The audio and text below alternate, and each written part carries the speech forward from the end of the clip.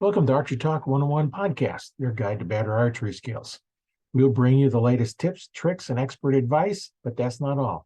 We'll also have interviews with top archers and industry professionals and reviews of the latest gear and equipment and much more.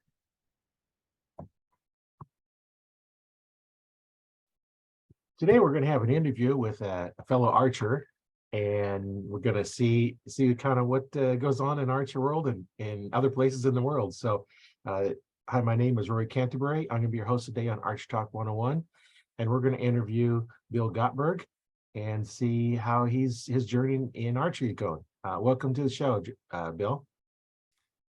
Yeah, hi, thanks. So how did you get started in archery? Well, yeah, this is a really, maybe not all that unique, but it's a pretty cool story. My my father is a competitive archer, and we lived on the West Coast, moving around between California and Washington State. And I was too young really to remember the beginnings of it. But when I got to be around 4 to 5 years old, he started me off with a little bear recurve. And we had it was a small pasture and a little grove of trees behind our house, just south of Seattle, in a little town called Lacey, Washington. And I would go out there in the grove of trees with that little bare bow and, shoot rotten stumps and things like that, pretending I was hunting. And I never really embraced the target archery that my father did. It didn't interest me. I wanted to hunt. And I shot that bow a lot, and it would be, a pop can or a stump, like I said. It didn't matter. I just was always hunting. And I was a little bit too young when we lived in that Seattle area. And we then moved to Nebraska when I was 9 years old, I believe, in 1970. And at that point, I had started hunting, probably with more intent. And the small towns that we lived in, we started in Madison, Nebraska. And then we moved to Winside, which is up by Norfolk and Wayne. And in those small towns, there's lots of bunnies walking around, Yeah. And I actually became notorious for harvesting the bunnies in the little town there. People would call me up and actually call my mom and tell Bill there's rabbits in our garden. And I would sneak over, and I actually got to the point where I didn't want them to see me or the bunny. And then I'd kill the bunny and I'd pop onto their porch and show it to them. And it was it didn't really progress much from there, though. When I got a little bit older and I got my first like 22 rifle, that took the place of the archery. For a few years there. Maybe I was 13, 14 years old. But then I became old enough. Back then I think you had to be 14 years old to hunt deer. And you had to have a 40-pound, at 28 inch, a 40-pound recurve to be eligible to hunt deer. And right. I remember my dad's target bow was 39 pounds. And so he couldn't use that for hunting deer. And he had a 45-pound recurve that he hunted deer with. And so I was always testing myself with those two bows. And I finally got myself a 40, I think it was a 47-pound bear recurve. And I never did harvest a deer. My interest in hunting waned. And I really gave it up altogether in the mid 80s, when I was, just out of college and pursuing a career. And my father, he did harvest quite a few deer, especially in the Olympic mountain range in Washington. and he would take me with him. I'd go with him, even though I was too young to hunt. I always found it fascinating to be hiking through the woods.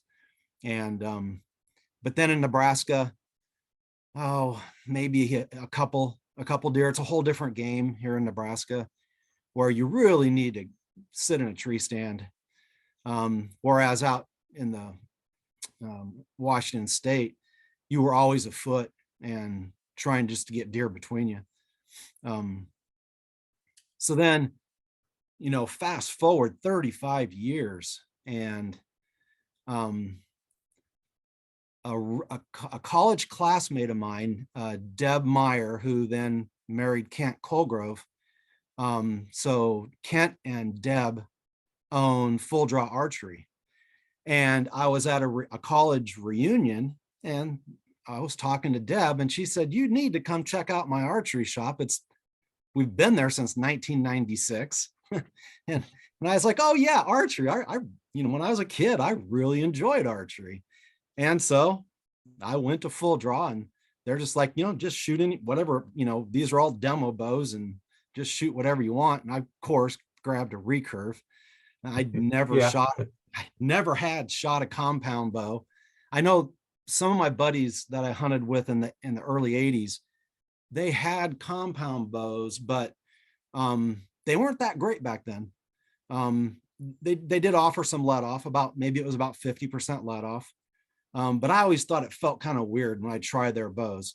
Not that any of them fit me, but when I went to Full Draw, they were just about 3 years ago. I grabbed a recurve bow and started shooting, and then it was only maybe a month, and I'm shooting every day, and bought myself a recurve that I wanted to set up for bear bow. And one thing, I shot instinctive when I was young and hunting, and I always had this kind of, it seemed like this, instinctive was cool, and I like shooting that fashion, but for target archery, the instinctive method didn't really make sense to me. And I saw a YouTube video of, I think it was maybe the Lancaster Classic bear bow finals, and this guy, John Demmer was in the final against a guy that beat him, and he actually described string walking and how he adopted string walking so that he could continue to shoot, a higher pound bow and lighter arrows and still be point on for 20 yards. And so what I mean by that is, using the point of the arrow as your sight, and just putting the point of the arrow right on the middle of right on the gold, and let go. And I was like, that's how you do it. That's so cool. And so I set up my first bow that I purchased there through Full Draw to do bear bow. And of course, it was completely the wrong bow to use for bear bow. But I didn't know that. And Kent and Deb were really just compound and with an emphasis on hunting. And I really wasn't interested to go back to hunt again. I just wanted to do target archery as a new hobby. And so as I became more and more adept at string walking and, using that method to aim, I started doing some competitions. And I think the very first competition that I did was a little over 2 years ago. Well, I guess it would be about 2.5 years ago. I went up to Yankton and I shot in the outdoor national tournament. And the first day I'm on the same bale with John Demmer, like the best bear bow shooter in the world. Yeah. And that was, and of course I knew who he was from YouTube videos, and that was a great experience. That guy is really, really laid back, and he's not giving me advice or anything like that. He's just a good dude, fun to shoot with, which I've found to be true for just about every archer I've met. Right. And that kind of lit the fire, doing that tournament. Like I really, really enjoyed it. And I didn't shoot very well, but that's kind of to be expected in a big tournament.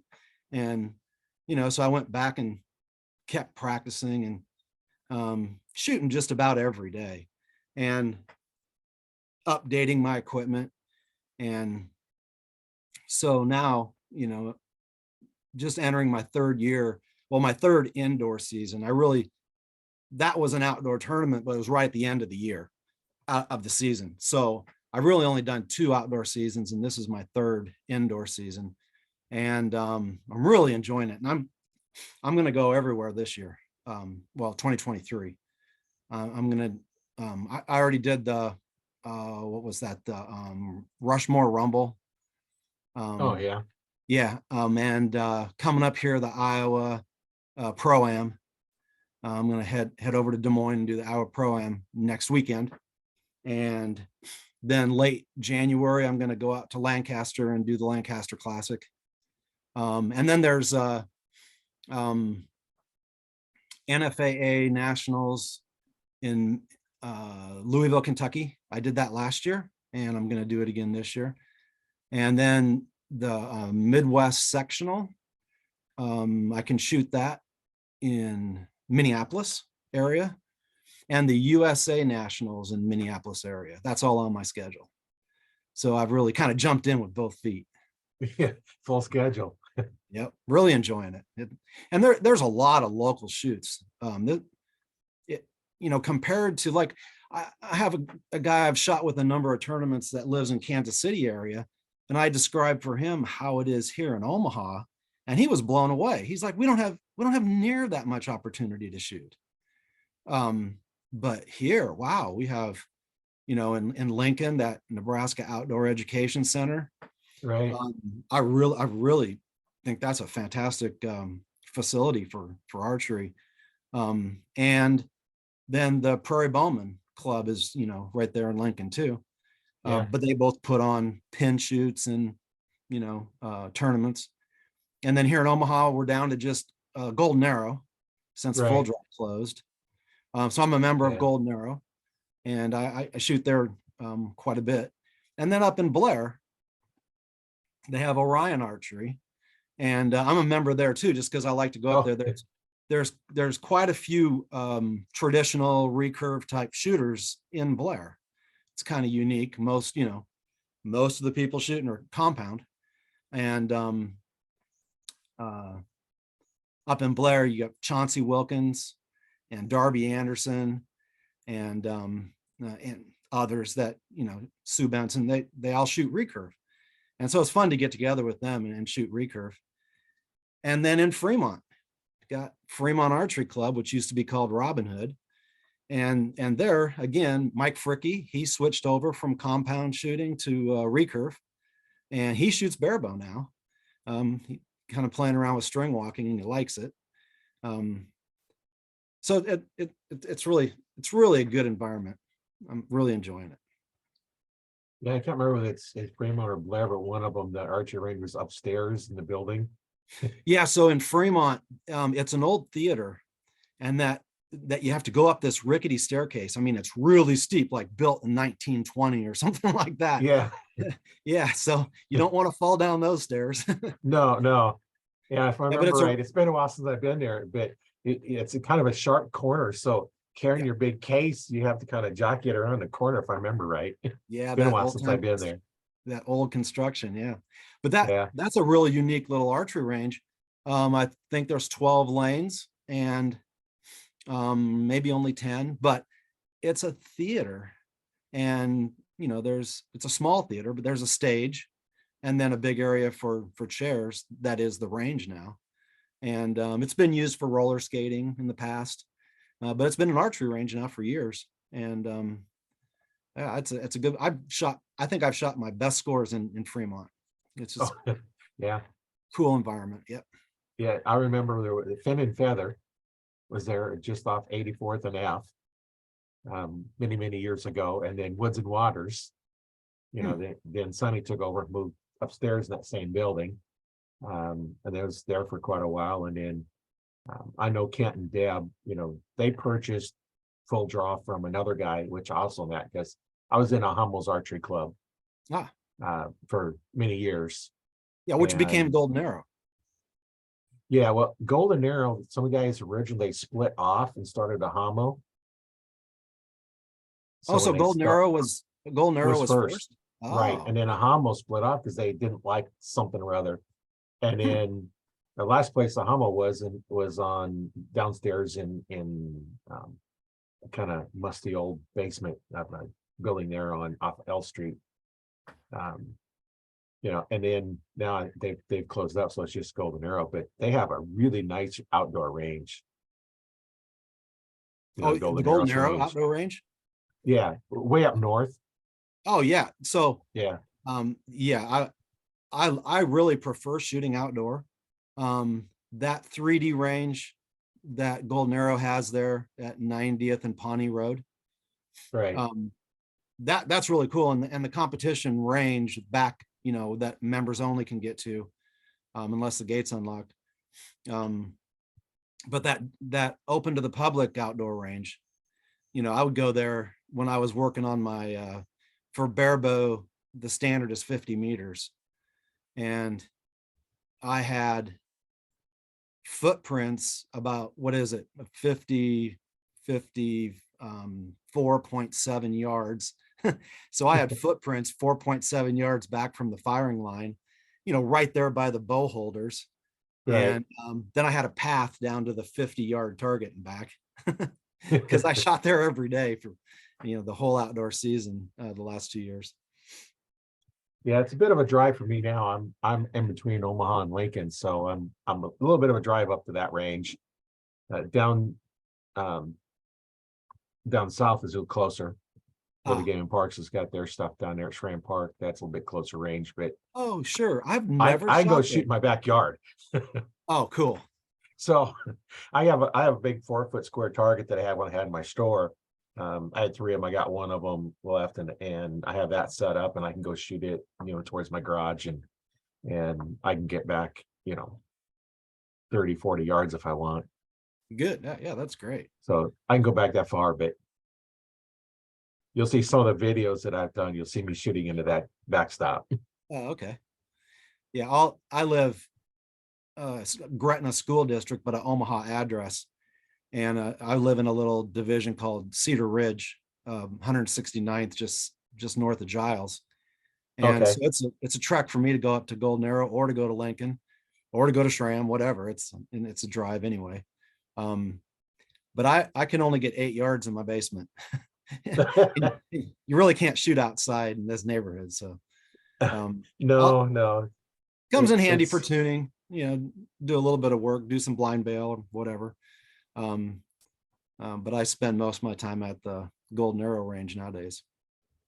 Yeah, that's pretty good. It's a little bit of a drive for both of us, because we're kind of Yep. far away, but from it. But I know people that have um, 2-3 hours to get to a range. I've talked to people that are that far. So Yeah. we're kind of lucky we have a little bit, Yeah, we closer, are.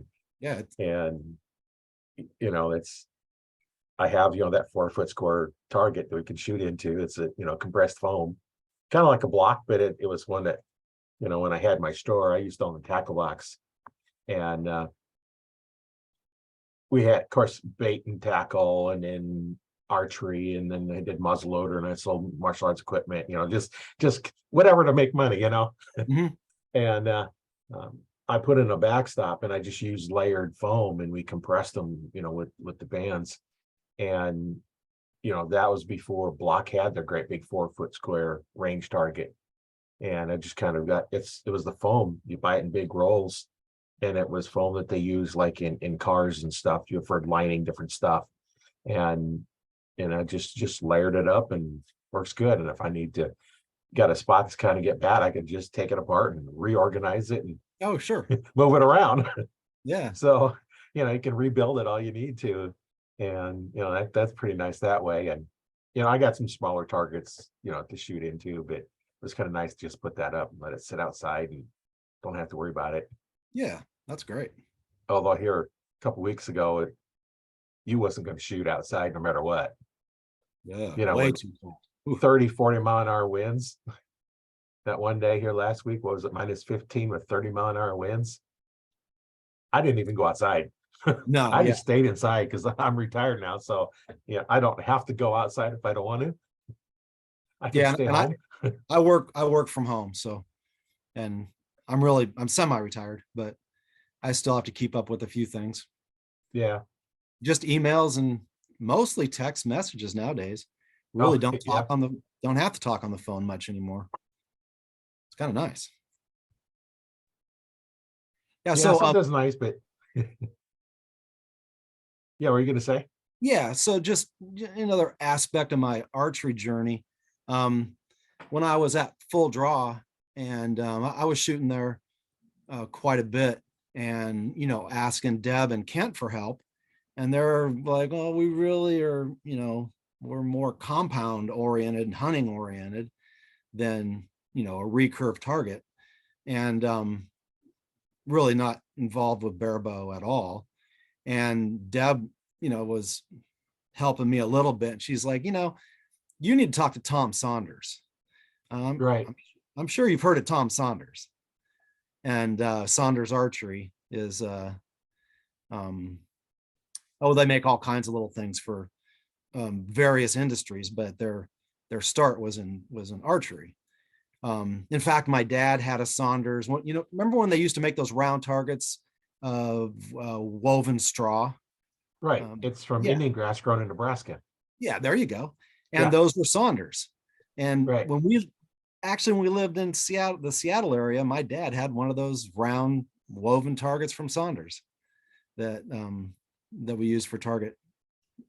Anyway, so I met Tom not quite 2 years ago, and wow, I've had just dozens of lessons with him, and I have worked on the Olympic recurve because that's his specialty. Right. He's done Olympic recurve he started working in Saunders Archery Plant when he was 9 years old, and he's 80. So he's got Yeah. over 70 years of experience, and he still shoots in leagues and whatnot. He still shoots. He has 100 yards that we can shoot out behind his plant in Papillion. And Right. David Wern, another Olympic recurve shooter.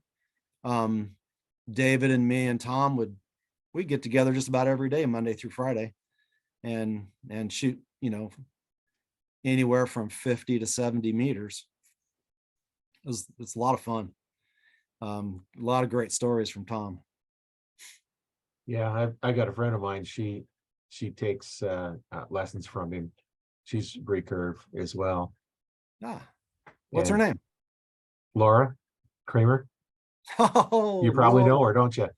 So yeah, well, I roller skate with her. oh really? Yeah, every Tuesday night she roller skates. Yeah. Yeah. Yeah, wow. She's my archery buddy. Um, Laura's she's a really unique talent. She has a couple national records with the longbow, both NFAA and USA Archery records with longbow, indoor. And she won a national title outdoor with the longbow too. Um, we every Wednesday night, uh, uh, Golden Arrow. Every Okay. Wednesday night, Golden Arrow has a public night from 6 to 8:30. Anyone can come in and shoot for $5. And we've drawn a crowd of like, newbie recurve shooters there, me and Laura. And we help them out, give them just impromptu lessons on how to get started and what to do. And we've been doing that for 2 years, every Wednesday night. And Yeah. it's it's a lot of fun. Yep. Laura's really fun to shoot with. Yeah. And that's at the indoor range, right? Yep. Yep. Yeah. Yeah. And even during the outdoor season, every Wednesday night we go to the indoor range and do the public night. Yep.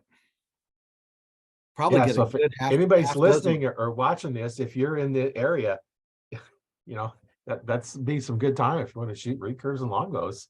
Yeah. Got some really good help there. And Yeah, it's a lot of fun. And we both took lessons with Tom Saunders, regularly for over a year. And it's tapered off. I just saw Tom yesterday, but it's just here and there anymore. Kind of just have to work on your game yourself, and then Yeah. get some feedback, get some fresh eyes on what you're doing. And me and Laura help each other and the other people, as we go. And it doesn't have to be Wednesday evening. Me and Laura we'll go shoot any given day that she's free from work. She's an administrator at the VA. So she's pretty busy with her job. Whereas I can pretty much shoot whenever I want to. Like Yeah. you. It's kind of Yeah. nice. When you don't have one of those jobs that Right. forces you to go to work on a specific schedule. I have no Although when schedule. you're working for yourself, you're working from the time you wake up to the time you go to bed every day, but you can move your schedule around whatever you want to do. So Right. Yeah, that's yeah. the key. And I'm the same boat. I own the company I work for. So it's just whatever I need to do, I do. But I seem to find quite a bit of time for archery. Yeah, it's just part of your job, right? Go have fun shooting your bow. And really, archery as a hobby at this point, of all the things that I've done over the years, archery is my favorite. It really takes you away. Your headspace is consumed by it for a couple hours a day. You don't have to think about anything else. Really, really like that aspect of archery. Well, and if you got a bunch of stuff on your mind, it's hard to shoot a bow and be good at it, because you have to focus on one thing, and that's shooting your bow. And you just draw back and aim. That's all you got to do. Makes it real simple. Yeah, talk to Tom. Yeah. Yeah. Yeah. I don't do a lot of recurve coaching, but I do compound coaching. Okay. I become an archery coach in '95. Oh, wow. While I was still going to Ahamo. They had some stuff down there, and Bernie Pelletier from NFAA come down and taught us how to shoot, and that's when I first learned back tension release. Oh, right. Before I says, well, how do you know when you're going to hit? How do you know when you're not pulling the trigger? How do you hit what you're aiming at? And then once I learned how to do it, it's like, oh, okay, you're always going to hit what you're aiming at. Because you're not concentrating on pulling the trigger. And that's one of the things that I learned. And I took my about 20 years of martial arts experience, and then with the archery coaching that I learned, and kind of combined them together to kind of modify how I do stuff and how I teach stuff. One of the things that, when I first, going to start coaching somebody, I ask them if they have any martial arts experience. And if they say no, then I just go on. If they yes, I say, okay, think of a heel palm strike. What are you striking with? You're striking with the heel part that's direct connection with your arm. That's what you're pushing your bow with. Not, I tried the high wrist deal where you put your wrist way up and then everything else. No, there's only one that is consistent, and that's pushing right through, in between the meaty part of your hand, bone on bow. And that's some of the things I do, and I incorporate it. And you see a lot of them, they'll teach the arm is way off over in front of you. Well, you're trying to pull your arm back as you're shooting. And if you go straight, I teach your arm should go straight to your target. Yeah. And what I'll do is I'll put a string with a loop on it. That's my draw length, loop on the other side, use my release. And when that string goes off, if it doesn't launch straight towards your target, your farm is off. Oh, that's a good idea. I used to carry a string with me in my 3D rig, and if something's not working right, I'd do that, and okay, something's wrong. Okay, now it's launching straight to the target, because the most efficient way is to put your power straight to where your arrow's going to go. Right. Yep. And so what discipline of martial arts did you study? Hapkido. Hapkido. All right. Yeah. So Chauncey Wilkins? Are you familiar with Dr. Wilkins from Blair? No, I haven't studied in quite a while. I studied through Grandmaster Shin. Well, I shoot with Chauncey. He's a traditional archer, right. but he's a black belt in Taekwondo. And Okay, yeah, yeah, and he doesn't practice anymore, but you know, that it carries over the right. mental aspect. Yeah, it carries over to archery. It's pretty cool. Yeah, I haven't really practiced any since Master Shan died. Mm, And 67, Hapkido's a little hard because a lot of falls, joint locks, wrist locks, right, pressure points. So, it's a little hard on your body as you get older, right. um, but I it's dabbled still in fun. I dabbled in jujitsu, and like you say, when you get older, the flexibility isn't quite there. And I injured a shoulder, and I just stopped doing it. Yeah, I know there's a lot of techniques that you can look at. You see a lot of archers have shoulder problems because their form's wrong. Oh, right. Right. You go out there. One of the things I look for is as the shoulder's pushed up, Ooh, no good. when you Yeah, push it up into your shoulder, now your tendons are also trying to support it. You got to get all that out of there. And yeah, and there's just a lot of things that um, all kind of combined together. And nice about now with, when I was first doing it, there was no videos. So I'm trying to teach by watching them shoot and try and catch all these fine things. Well, hmm, well, now, you know, I teach archery online. I have an online archery coaching program that I do, and one of the things that I offer to people that are interested in is a free 15-minute consultation call. So we'll get on the phone and, I'll ask you some questions up front, and then just say, what are you looking to get out of coaching? And then how can we help and yeah, stuff like that. And, with now the way things are, just on a Zoom call, um, and the podcast is just audio, but I'm recording this on a Zoom, which I have the video part. But you can go in and I can watch what's going on, and I've done that. I've taken a guy that was grouping probably about 6 inches, and I spent an hour with him on a Zoom call, and he sent me pictures of him 3 shots touching. wow, So, I've helped lots and lots of people on that, and with that, in the description for the podcast, I'll have a link to a form to fill out, to get a free 15-minute consultation call, and oh just to wow, see, is it for you? yeah, That's one of the things I do, and then one of the things that I have is in the Arch Talk 101 Facebook group. People join that. You can upload a video, and somebody review it. There's people in there like me. I've got 25 years experience coaching, uh, hmm, mostly in compound. And then, when I had my store in 2001, I went down to PSE, spent a week down there in their dealer school, learning how to work on bows. And then I've had other ones. So I've been working on bows for 20 years. And there's guys in the group that have been shooting bows for 60, 70 years. yeah, yeah, like Tom And Saunders. then, yeah, yeah, he's not in the group, but it'd be nice to have Well, him in no, there. But, but yeah. And then there's people that have been shooting the bow for maybe 6 or 7 weeks, right, all ranges. And, I set the group up for people that want to learn. You're not going to have any ads in there. Nobody's going to post any ads or anything. It's all just going to be, content, like, what are you doing in archery? If you have a question, post it. Somebody will answer it.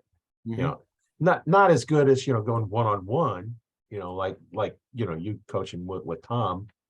um I could help you out in your recurve stuff, but what I'm going to do is, because I don't know this stuff, I'm basically, if I'm teaching somebody that has another coach, they're going to explain to me what's going on, because I know lots of times by the time you talk through you've been taught, you figure out what's going on. hmm, I know when I was doing engineering work, one of the guys, he'd have a problem with something. So I go in, I'm asking all these questions because I don't know what he's working on. I don't, whether it's a hardware or software part of it. I don't know what, because I'm an electrical engineer by training. hmm, Um, by the time I get done asking all these questions to figure out what's going on, they figured out the problem. And that's how you coach somebody that has another coach, because I'm not going to go in the way I would do it, because that's confusing. right, Uh, you know, I know when my son was shooting a trap, one person said, do this, one person do this. The first time he shot a shotgun, he did better than what he was doing after he had all these coaching, because everyone told him something different. So I finally told him, it's like, pick one person, listen to what they're doing, and do that. Ignore everybody else. And if you're, going through and getting lessons, you don't like what the coach is teaching you or how he's teaching you, find a different coach. Yep. There's lots and lots of people out there that are going to teach archery. Some of them right, some of them wrong. Some of them you like the way they teach, some of them you don't. So, find one that has some experience in teaching.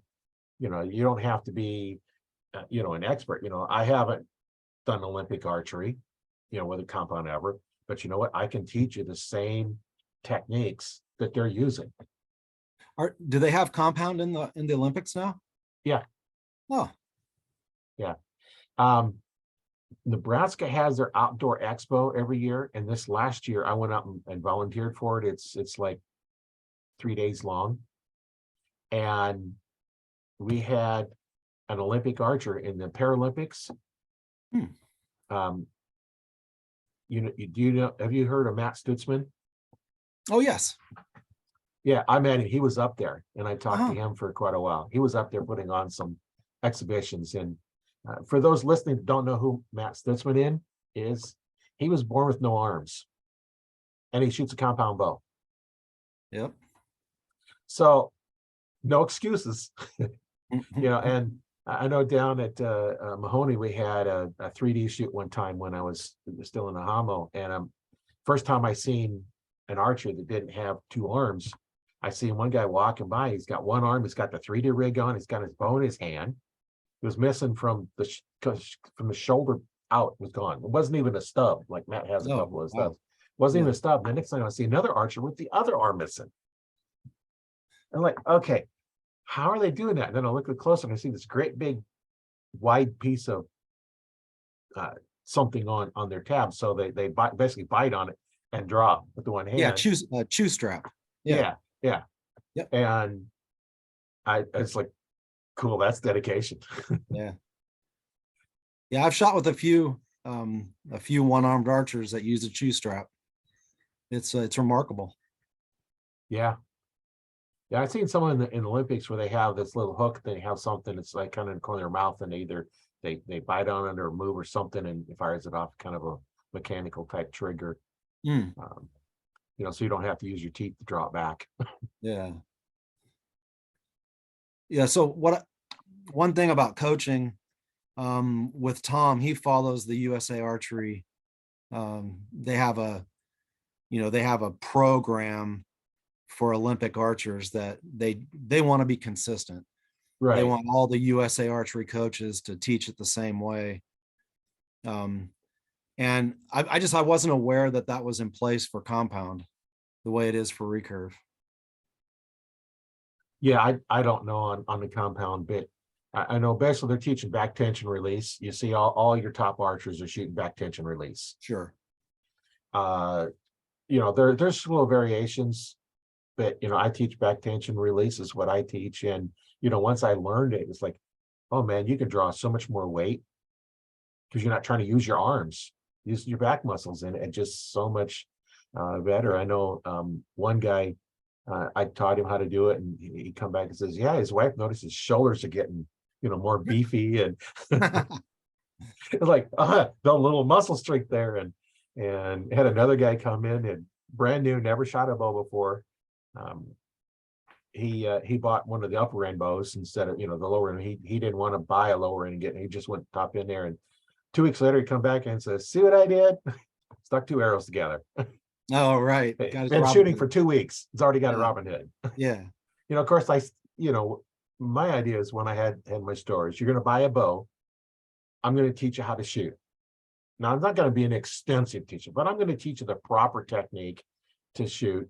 And that way, you're not hitting your arm. You're having more fun because you're able to actually hit something.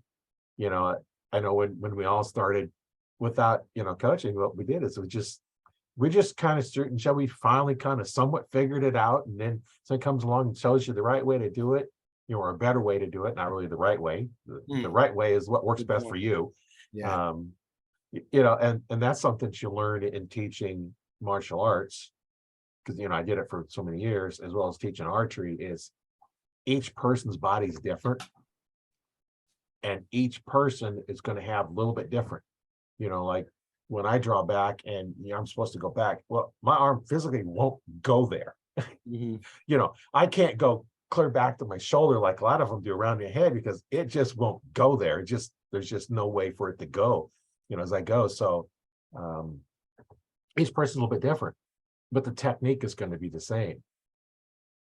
And you've probably seen that, the way Tom teaches it, and another guy that I watch sometimes on YouTube is Jake Kaminsky. Oh, sure. Yeah, he's got some really good information. He shoots a Yep. recurve, and I learned stuff from him. And another guy that I like to watch is Knock on Archery.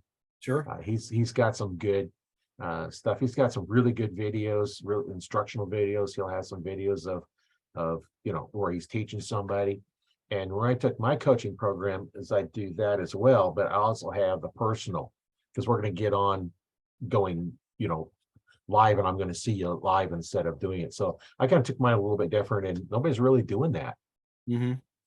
Where, with the way things are now, with the pandemic and stuff like that, everybody didn't want to go anywhere. And now everybody's like, hey, I can stay home and do this. Right. So now I just that's the way, I kind of set up where, you can do it from your home, your basement, or wherever, as long as you got someplace to shoot. Mm-hmm. And, that's kind of the nice thing about, the way things are now, is you can do a lot of this stuff on Zoom calls. Yeah. So I started working with Tom Saunders just before the pandemic, right? No, it was actually, yeah, we were already, it would have been, the fall of 2020. Yeah. So we were already in the throes of the pandemic. And the first thing that Tom does is he uses video with his tablet and analyzes on video and shows you exactly what he's talking about. So it works great. And I use video just about every day, and I'll send them to Tom just here and there to, ask questions, and so he can point out different aspects of the process. And what I like about video is that it doesn't lie. That's what No. you just did. It doesn't matter if you got an X there. That was not a good shot. That's called what? No. Compensating errors, Bill. Right.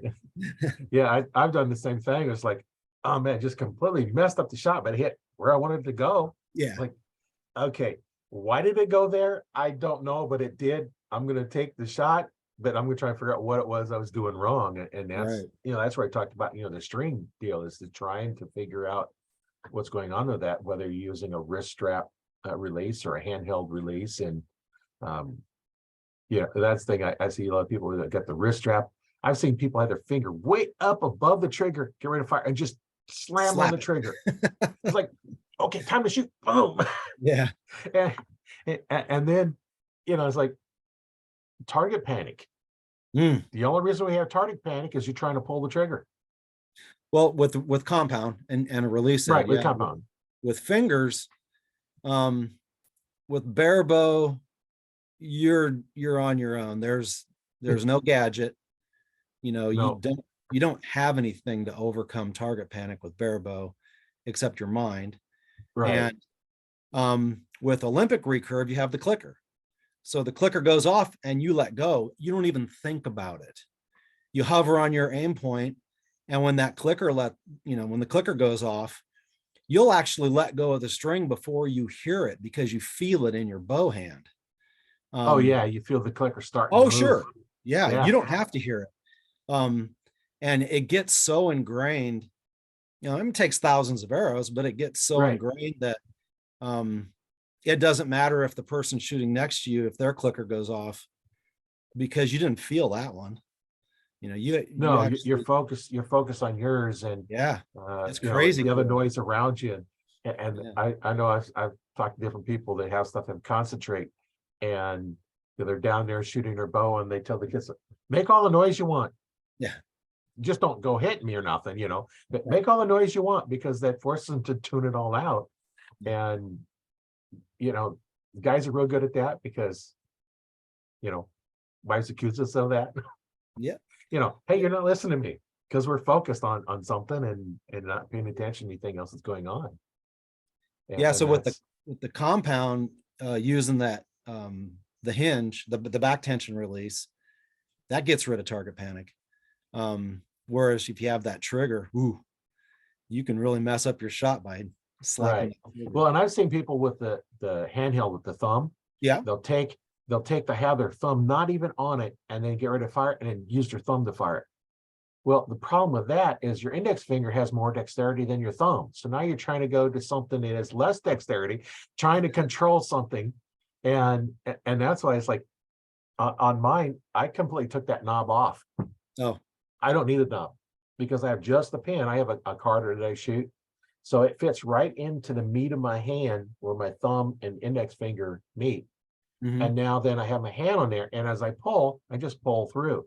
Now, if I want to, I can just make a fist and make it fire if I have to make it fire for some reason. Oh, okay. But, it fits right in there and just process of pulling through, it goes off. Now, for And hunting, would you use a back tension release for hunting? yeah, that's what I use. Oh, That's my really? main one I hunt with. Oh, Now, wow. I have a loop on there and it closes up and locks on it. So what I can do with hanging off my bow, don't have to look at my release to hook it up or nothing. I just find the string, run between my, ring finger and middle finger down, find a release. I know where it's at. I keep my thumb way off the trigger, draw back, put my thumb on. And that's why, I have a glove that has that part missing so I can feel it. Because if I can't feel the trigger, I don't know where it's at. And I have the hardest string they put in them. I don't like you to put the hard one in because it does wear things out a little quicker, but I don't think I'm going to wear it out in my lifetime, but real hard triggers so it doesn't easily go off. My son's. When you say trigger, do you mean like the safety release? No, that it's actually has a trigger on it. I don't have it with me, it's downstairs. But there's the hinge ones that you use that they, really call for back tension release. Yeah. But this is a regular handheld release. It has the thumb for the trigger. We got a thumb trigger on it. And so I don't use the hinge. I don't have one. But you can fire them. You can fire everything back tension. Even a wrist strap, you can fire back tension. So you just put the second joint back on the trigger and you don't pull the trigger or nothing. You just have a little hook there and you pull through and it will fire just like you back tension. I use the same technique when I'm using my wrist strap, which I use when, like weather like we've had here in Nebraska where it's, it can be 0 or below. I'm not putting my hand on this cold aluminum that's sitting out there. So I'm going to use the wrist strap. And the one I have has just a little hook on it that opens up. It's an old Scott release that I got from Bill Lewis back in the 90s. I bought it from him and I still have it, still use it as my backup. And that I can find the loop and then hook it up and go and draw back. And I put always put my finger behind the trigger so I can't actually pull the trigger. I had a friend of mine that went from fingers to a release and he smacked himself in the mouth. And I said, well, you pulled the trigger, didn't you? No, I didn't. Yeah, you did. Yeah. Put your finger behind the trigger. What happens is you're drawing through. That's one thing you have to watch for is you're drawing through. If you have your finger in front of it, as it starts getting a little bit harder, you start making a fist to pull through and pull the trigger. And what do you do when you're drawing? You're drawing your hand back to your mouth. Yeah. Because you're drawing back there. I saw a guy break his own nose. Yeah. Yeah. Yeah. And things happen too. And that's why, you see a lot of people, they'll draw, but the arm weighs way up and then pull down. Well, start with, you're using the weakest muscle in your arm to pull down to hold it. And two, if it does go up, it sends it way up in the air. So I always teach, point it right at the target, lean slightly forward, draw, stand up. You always point at your target.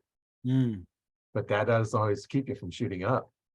I had a release one time when I was down at Bahamo. I'm drawing back and so it was back shooting at 30 yards, I think was shooting. We could have went back to 40, but it was back 30 yards. I'm drawing back like I normally do, and the head of the release broke off. Oh, whoops. The head of the release broke off of the release. you always have that part that swivels up there on the front somehow. And I end up sending the arrow through the ductwork up in the air, and the head of my release is found down at the other end of the range. Yeah. And the best part is you'd never guess what the name of the release was. Fail safe. So I had a machinist friend of mine machine a new part, because where they machined the little knob to hold on to it was so thin, the aluminum wouldn't handle pulling back 70 pounds. And I shot for quite a while, and then it broke. And now I have, higher quality releases. And, that's kind of the thing that, buy the high quality ones. You don't have to buy them again, but you're going to spend some money. Yeah. Speaking of which, I've never shot a compound bow. But at some point, I'm working through bare bow, the USA archery program, what for the kids, it's called JOAD. Right. And there's an adult JOAD, and I've got all the outdoor done with bare bow, and I just have the gold medal left for indoor with bare bow. And I'm halfway through with outdoor with the Olympic recurve, and hope to finish that up next year, outdoor season. And if I ever do get the gold medal with the bare bow, that's a tough ask, and you have to average nines. You have to keep them all in the yellow. Yeah. Shooting a little stick with a big stick and a string, that's kind of hard to do, but if I get that done. That's what I define archery, is a stick with a string flinging another stick. Yeah. Yeah, that's archery. Then I'll switch to Olympic recurve for the indoor. And then when I get all that done, I'm going to have to get a compound bow. Right. And learn that. Now I know who to come to for coaching. Right. Are you right-handed? You shoot right-handed? Yes, I shoot right-handed. Okay. Even though I'm left eye dominant, I have a neck injury that doesn't allow me to shoot left-handed. I can't turn my head far enough to get lined up. So, and I always did shoot right-handed ever since I was a little kid. So, well, and that's one of the first things that I ask, is, do you know what's your dominant eye? I don't care which hand you write with, I do dominant eye. Yeah. So then we do the little check, look at the thing, and then okay, you're right eye dominant. And we do that a lot and when it's helping out with the scouts. Yeah, okay, hold your hand up, look at my nose, and okay, you're right, left. It's a quick, easy way to do it. Get them in the right bow, and then if you have, like you have an injury, you can't do it. So okay, now you can figure out how you can shoot right-handed but be left eye dominant. So one option is to close your dominant eye. There's other options in here. I'm right eye dominant, right-handed. I shoot right-handed, and I see two images. I see double. I have prisms in my glasses to kind of help with that, but my mind has always taken, the left eye has been the not as clear. The right eye's always been the more clear eye. So over the years, I shoot both eyes open. I see two sets of pins, but my mind has blocked out the dim set of pins and see the bright ones. Yep. Well, as you get older, what happens? You start getting cataracts and stuff forming. My right eye is now my blurry eye. My left eye is my clear eye. So now I draw back. My mind picks up the left eye pins. And the first time I noticed this, I was out hunting. This deer comes by. I drew back. I always hunt with both eyes open, but I'll target with just one eye because, I'm focused on just one thing. I like both eyes open when I'm hunting. So I drew back. The pin was right where I knew it was supposed to be.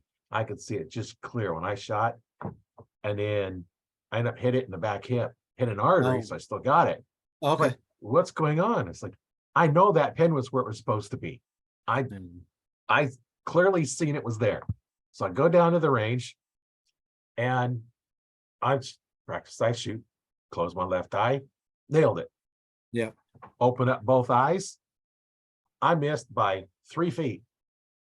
It's like, what's going on? So I closed the eye. Okay.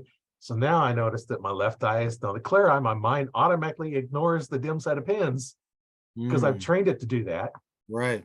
So I'm up there closing one eye, just constantly blinking left eye, make sure I'm picking up the right set of pins. And then I found when I go hunting, if I have a hooded sweatshirt on, I always wear a baseball cap too, because it keeps it off my eyes. If I turn my head, the hood doesn't move.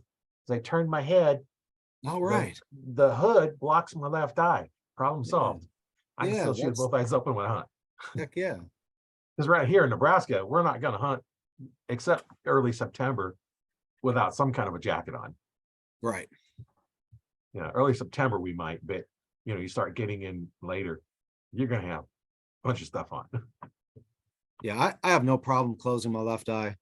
I know it's better to leave both eyes open. And when I shoot handguns, I leave both eyes open. When I shoot rifles, I close my left eye. When I shoot my bow, I close my left eye. It is what it is. Yeah. But I can actually see better with my right eye than my left, so it works out. Oh, that As far helps as out the there. clear, the more clear eye, it's my right eye anyway. Yeah, and I don't want to switch left-handed. I did. I had surgery on my right hand. And I had about an 8-week recovery period where I could shoot left-handed, no problem. Oh man, my neck would get sore. Oh yeah. Forcing it to, to turn far enough to shoot. And so I was really happy to go back to right-handed after a couple months. Yeah. Yeah. I've had a couple of guys had left-handed bows and I've shot them, and okay, it's just the opposite. Yeah. And lots of times when I'm teaching them, because I'm facing them, teaching a left-handed shooter is actually easier than a right-handed shooter, because I can just show them right-handed. Left-handed shooters, and I just show them left-handed, because they need to mirror what I'm doing. Yep. And so I just, got like, okay, no matter. It doesn't matter. When you do it, we've been doing it for, I don't know, geez, what is that? Some 25 years. Wow. You just kind of, whatever. Yeah. All right. Well, it's 11 o'clock and Yeah. yep. Good talking. I know the interviews run to an hour, and some of them run an hour and a half, and I try to keep them, a little bit shorter, but that's it. Just, I don't have a limit on them. Okay. It's just whatever we get into. Yeah. But I just try and keep it down to that. And it's been really great talking with you. We live so close that we'll have to get together. Yeah. Yeah. So do you have you shot with Laura? I haven't shot with her, no. Oh, okay. Just the roller skating on Tuesday. Yeah. Roller skating on Tuesday, and yeah. I've had Laura some and Gary. so I haven't been able to go there in a while yet either. So I need to get back there again. I like to roller skate, but I haven't done it for probably, I don't know, 30, 40 years. And I always threatened to show up on Tuesday and roller skate with her and Gary. That sounds like fun to me.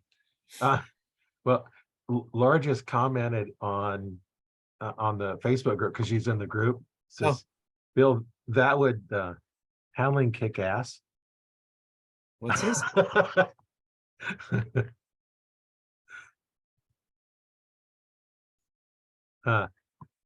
Yeah, because she must have seen this and come in and talked on here. Oh, okay. Maybe we can.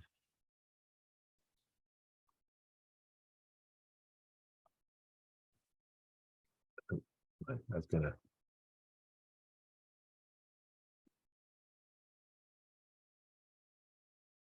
Well, because we have these holidays, there's no tournaments or anything. Oh yeah. Last weekend and this coming weekend. But I'll still be there at Golden Arrow shooting. Yeah, well, when you're a member, you have a key, you can get any time, and yeah, that's the nice thing about joining the clubs, and you can go shoot whenever you want to, get on there and do some shooting. And when I don't know, some of the gun clubs are the same way. You get a key, you can go anytime, and other ones, you just get a little discount. And nice thing about the clubs, there's always somebody there that help you out. I know when I'd go down and shoot, on my 3D rig, I put my NFA archery instructor patch on the rig, and I'm down there shooting. If somebody wants questions, they know I'm an instructor, and they can ask me. I don't go and it's like, hey, I can fix. No, they're out there shooting. They want help, I help them. I don't go in and say, hey, you're doing this wrong, because that's not wanted. No. So I just I put on there if they're interested, they're interested. If they're not, they're not. I don't push it, and I'm down there to shoot as well. You know, I'm not there to teach. Now, if I was going to be there to teach or something, that'd be a little different. We're teaching somebody, and Right. the nice thing about being in the club is you have access to a range that if you're trying to teach somebody, you can bring them in and you can help them out. Right now I'm not in the club right now, so I do most of my teaching online, but I do have a range for somebody that's close. Mhm. We can go out there and shoot, but there's it's just one of those things that we can um, we have a place to go shoot, we can go shoot. And all you need is a backstop to shoot your arrows into. You don't need to have a long range.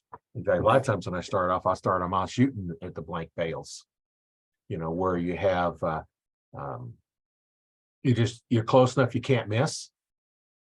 Close your eyes and shoot. Learn your form. I know when I was first learning back tension release, they get up there, had us doing that, and would shoot. Okay, all right, I got it. Open your eyes. No target, just a blank backstop, and then all of a sudden, it went to crap. Yeah. You can't do it. Close your eyes. Open your eyes. Oh, that's wrong. And finally, you can get it where you open your eyes, and then you can start doing it with your eyes open. But starting out, it was a struggle just to feel the same thing when your eyes are open, because your mind starts getting confused Oh, when they're seeing stuff. it's And incredible how and much that's different it is when you open your yeah. eyes. Yeah. And I know there's a lot of them that I've talked to that's the whole mental game. I know if you look back in one of the podcasts I did here back with a young lady from Canada, and her mindset was just really really good. And you'll have to go back and listen to that one, and listen Okay. to the podcast from Maddie. Um, she's going places. Oh, good. Yeah. Yeah, it's amazing, where you have to have your mindset, and I did a whole podcast just on mindset in shooting. Mhm. And there's just so much into the game. You can put yourself in or out of the game just by the way you're thinking. And I know there's times when I went down to the range, I wanted to shoot, got all the kids to bed, and I went down to the range and shot 5 arrows, went home.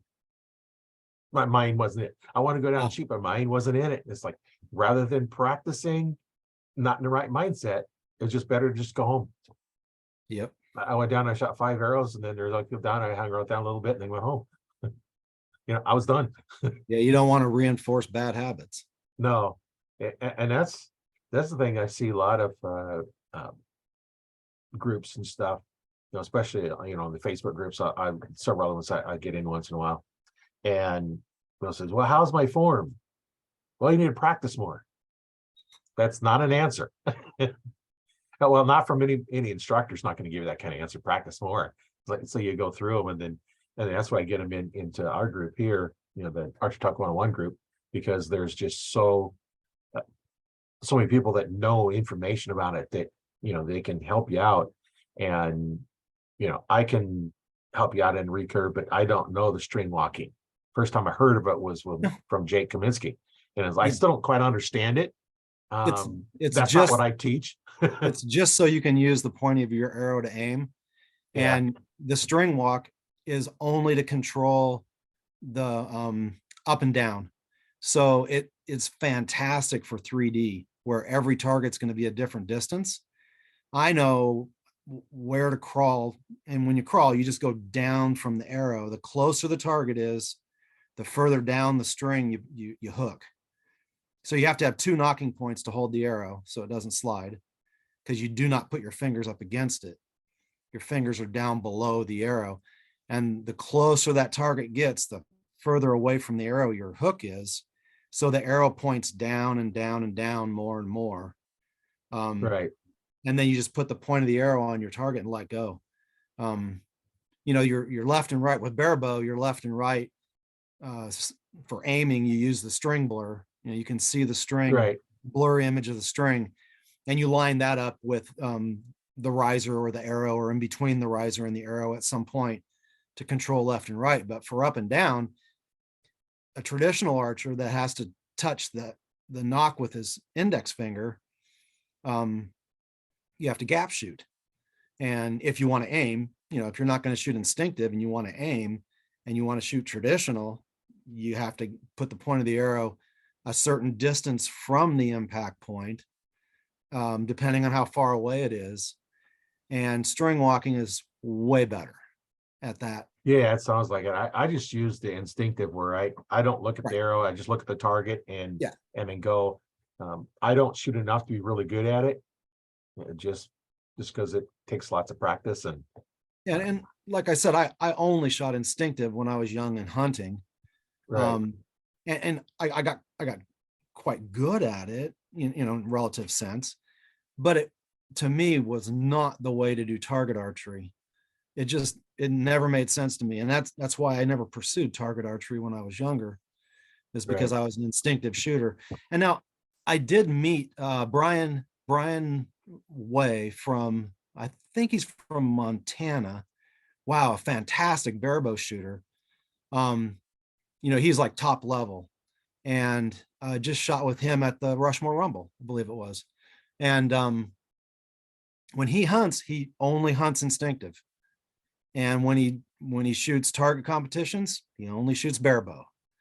And he agreed that, for hunting, instinctive it's really like, the grassroots of archery and hunting. Right. And but for target archery, it just doesn't make sense. So he goes to barebow. Yeah, I know there's some really good archers out there. I know there's a lady that I watch her once on TikTok, and she goes out there and she shoots aspens, or she might shoot a card, or she'll put a bottle up and shoot down the neck of a bottle, and All all kinds of instinctive. stuff. Yeah, all instinctive, just Yeah. no sights or nothing. I don't know how she does it, but she practices a lot, and you'll see some amazing things that she'll toss up in the air and shoot it, and And yet just I don't ever see instinctive shooters on, in big target competitions. It just doesn't carry over very well. yeah.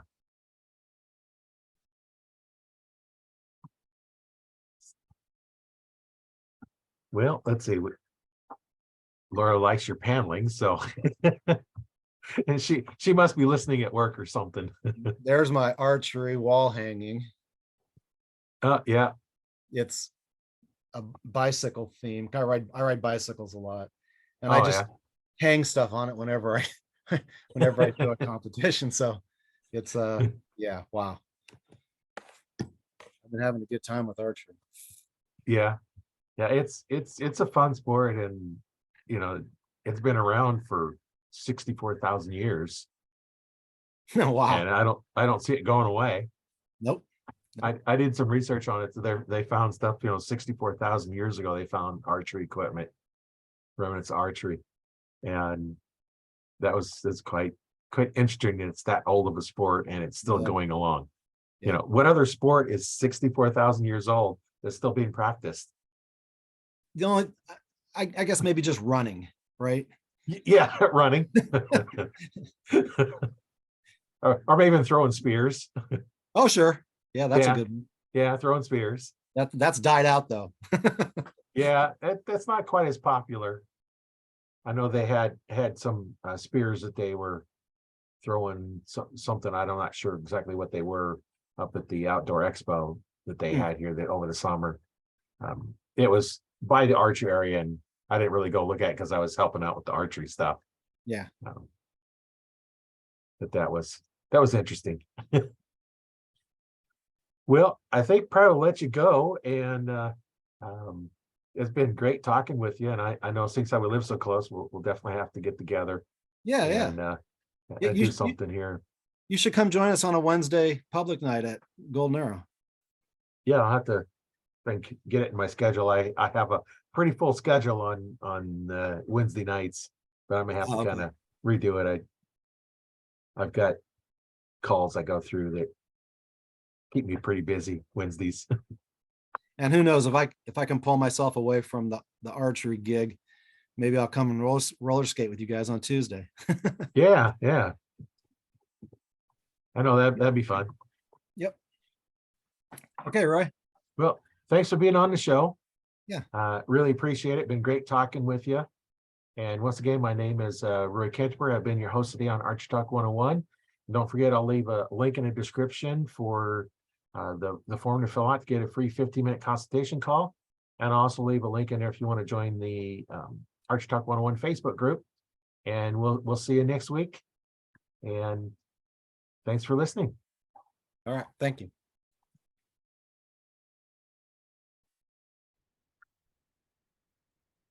As a coach with over 25 years of experience, I understand the importance of having an experienced mentor to guide and support you in your archery journey. An experienced coach can provide valuable insights and tips that can help you avoid common pitfalls and improve more quickly. In addition to my wealth of knowledge and connections in the archery community, I can provide personalized attention and guidance to help you set and achieve your goals. Whether you're a beginner looking to start out or an experienced archer looking to take your skills to the next level, I can help you succeed. If you're serious about improving your skills and want to unlock your full potential, sign up for a free 15-minute consultation call and see if coaching might be right for you. But don't miss out on this opportunity to work with a coach who has the knowledge and experience to help you succeed. Make sure you check out the link in the description for more information.